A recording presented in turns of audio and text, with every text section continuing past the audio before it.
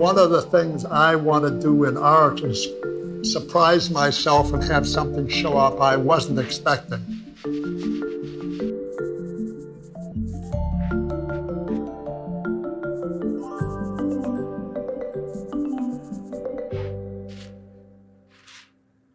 I'm trying to build a kind of atmosphere and feeling in this right now.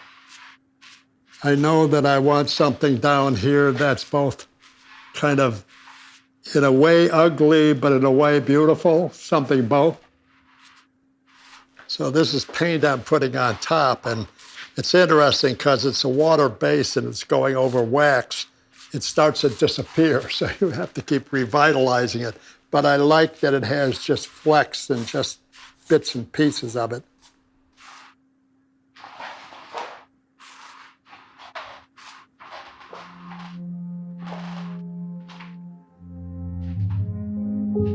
This is an image of me when I was about 6 years old. I had these images and I wanted to use them, but I didn't want them just to be portraits, so I knew I was going to use them like a pattern. In trying to remember something, you keep going over it. Maybe you look at the picture more often. So it's partly that, partly just a aesthetic repetition.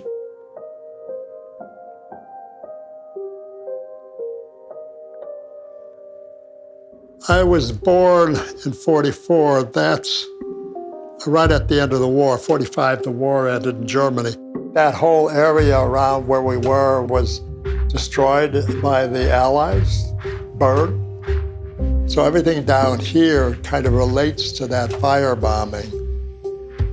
The rest of it is just what I remember or what comes up emotionally for me as I'm working.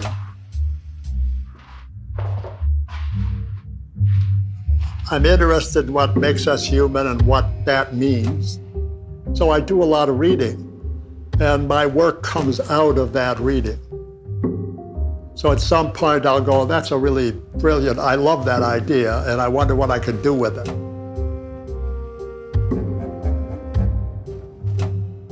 Almost all my work, one way or another, has language in it.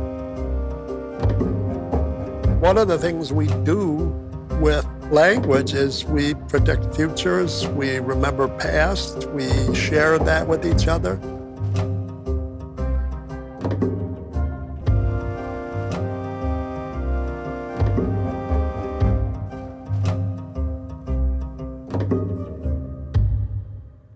Once I know where I'm going, once I have an idea, a concept, then it's just like getting materials together and starting to use them and trying to see how they work.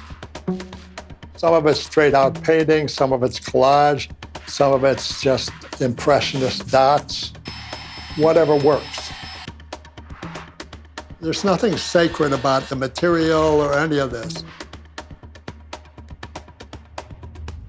I deliberately try to go against traditional media. I try to work with things that I'm not used to and I'm unfamiliar with.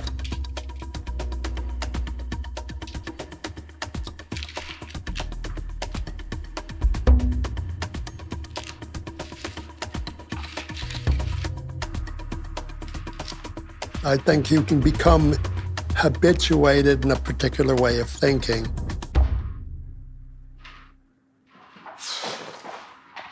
The thing about habit is, once you have it, you don't know you have it. It's just the way you do what you do. It disappears. That's why it's wonderful.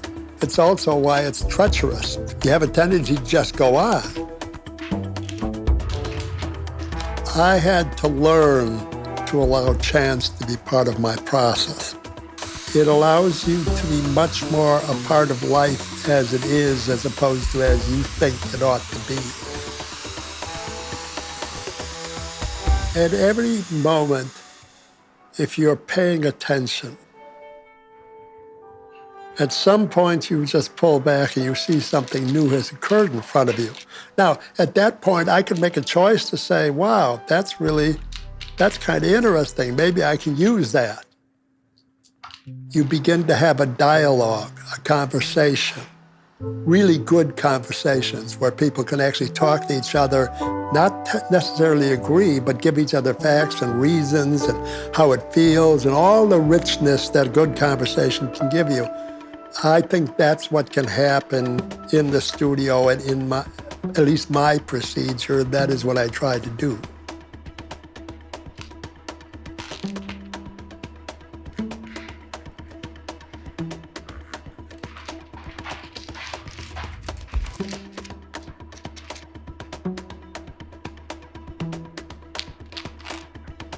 There's something about how raggedy that is, but I'd either have to use it, as part of it, because I'm really destroying this face with the wax anyways, and I want it to be kind of almost having an effect of that past undermining me in some way.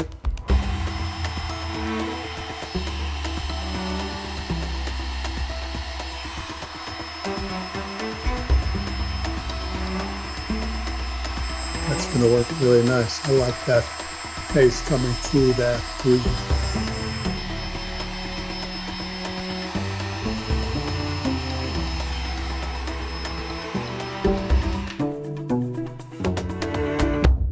Because I'm dealing with memory, this is probably me at 5 or so. And one of the things I remember from that is a clear feeling memory I have is about picking blueberries in a field behind this area that we were living in barracks.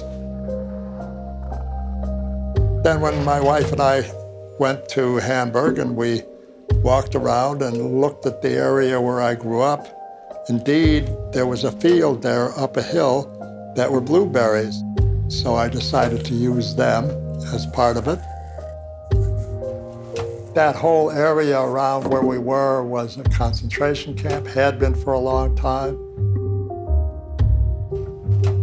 So then I also decided to make sure that there was something more human.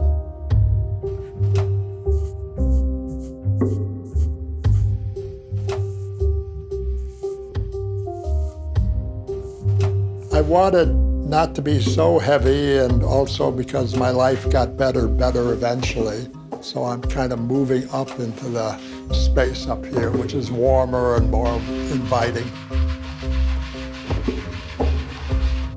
So it kind of works that way. It sort of follows through in that progression. When I started this series, I was just interested in the idea, the concept of memory, and even the idea of, well, how reliable is it? What do we do with it? Why do we have memories as we get older?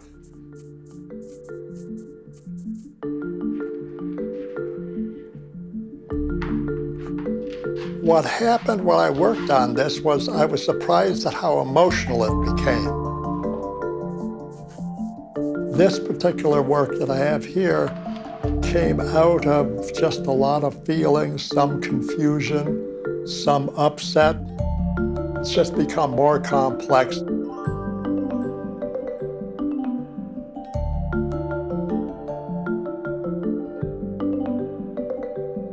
My opinion of the art that I care about the most is not just aesthetically beautiful or incredibly well done. It pays attention to the world and asks you to pay attention to the world. I think that's significant. I think art, in one way or another, has forever been engaged in that.